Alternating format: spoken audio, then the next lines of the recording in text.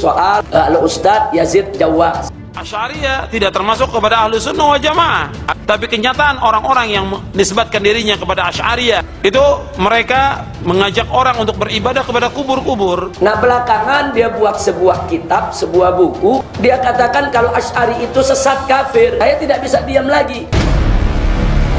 Ketika Yazid Jawas sudah tidak bisa terkontrol, gampang menyesatkan orang lain hingga mengkafirkan mereka yang tidak sealiran pemikirannya. Akhirnya keok ketakutan ketika digerebek oleh tim Aswaja, rintih gemetaran hingga muka pucat yang tampak dari Yazid Jawas Al-Wahabi.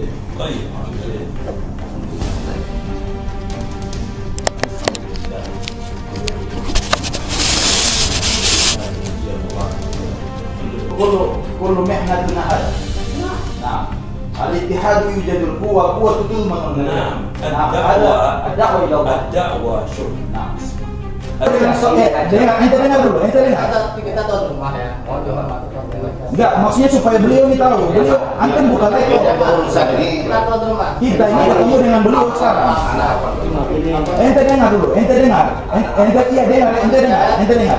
So, ini kan kita ketemu dengan beliau nih, datang di tuan rumah kita nih. Anda ini ketua FPI sebelumnya.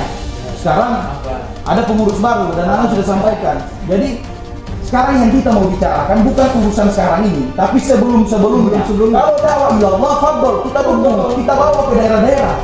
Karena orang alim. Tapi kalau memecah belah umat, bilang habaib kufur, habaib ini syirik, bawa bidah, kita punya jijid demi Allah demi Rasul, bahwa ajaran ini hak ke NKRI dan kalian ini tidak tahu Islam.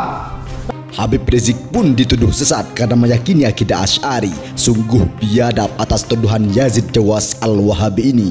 Memang sebuah fakta apa yang dilontarkan oleh Ustadz Abdul Somad bahwa Wahabi itu keras, yang diserang bukan hanya golongan Ustadz saja, tapi juga habaib dan ulama lainnya. Bukan saya saja, semua diserang ya.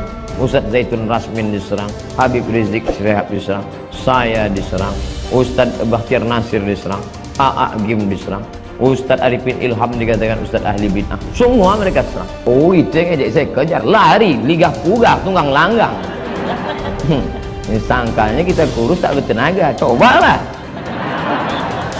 kalau langsung di internet, ya ngejek di internet, coba langsung.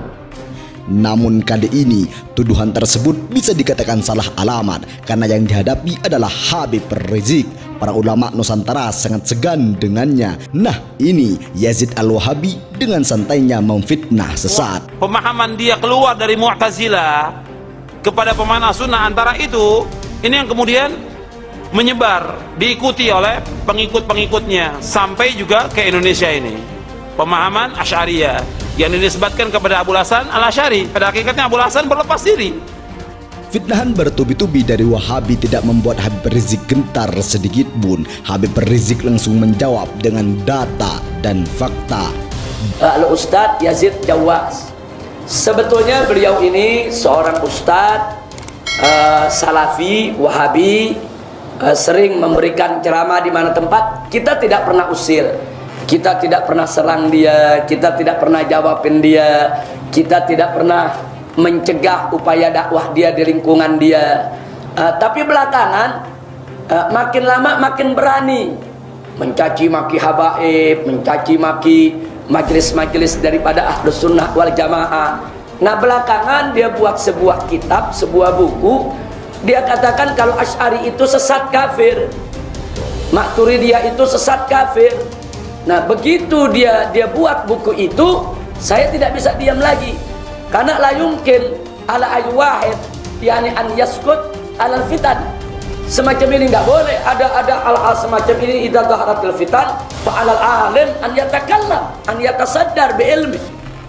Nah jadi begitu kita lihat sudah kelewat batas, sudah yatajawazal had, maka kita berikan jawaban satu persatu. Kita jawab apa yang diungkapkan, kita jelaskan kepada umat apa itu Asy'ariyah, apa itu Maturidiyah, apa itu Atsariyah, apa itu perbedaan daripada itu semua, siapa itu As-Sawadul A'dzam dan lain sebagainya. Gerakan-gerakan semacam ini, gerakan Wahabiyah, gerakan Syi'iyah, ini memang tidak boleh dibiarkan, kita mesti hadapi.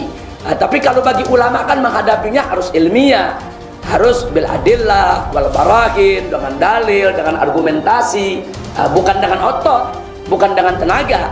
Dalam kasus digerebeknya Yazid Jawas ini menunjukkan bahwa keresahan masyarakat terhadap dakwah abal-abalnya, ekstrim penyampaiannya, hingga menjerumuskan ke jurang yang fana.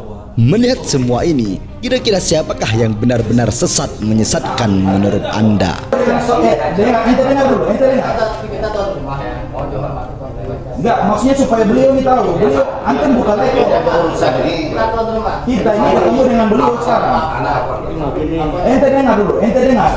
Ente dengar. So, ini kan kita ketemu dengan beliau nih, datang di tuan rumah kita nih. Anak ini ketua FPI sebelumnya. Sekarang ada pengurus baru dan anak sudah sampaikan. Jadi sekarang yang kita mau bicarakan bukan urusan sekarang ini, tapi sebelum kalau dakwah ilallah fadl kita dukung, kita bawa ke daerah-daerah karena orang alim. Tapi kalau memecah belah umat, bilang habaib kufur, habaib ini syirik, bawa bidah, kita punya jidid dari Allah, dari Rasul, bawa ajaran ini hak ke NKRI, dan kalian ini tidak tahu Islam. Kalian ini siapa? Kalian ini tidak tahu agama. Kalau kita punya jid tidak Islam dan kalian, tiga turun ke atas kalian ini kufur.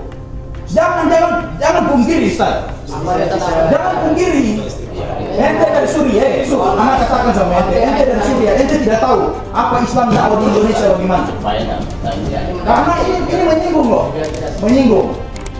Ente baru, anak bawa ente ke Ambon, anak orang Ambon, anak kasih lihat situs. Bagaimana anak punya jid 6 turunan, Husain bin Hamid, Islam kan 1 pulau Uru. Itu yang harus kita tahu dong. Kalau sekarang beliau hina-hina habaib, ya kan beliau hina-hina habaib, ya kami tersinggung dong. Sebagai keluarga Rasul tersinggung. Tidak semua habaib begitu. Habaib yang tidak belajar ilmu agama, dengar ente. Habaib yang tidak belajar ilmu agama, dia cuma urus majelis, dia panggil orang, dia jadi wasilah untuk orang belajar agama. Itu dia punya kemampuan. Harta yang kita cari pagi, petang, siang, dan malam itu belum tentu kita nikmati. Maka salah satu investasi akhirat sampai ke alam barzah kita adalah pembangunan pondok pesantren. Di antaranya yang terpercaya, pembangunan pondok pesantren Gunung Pandak Malang.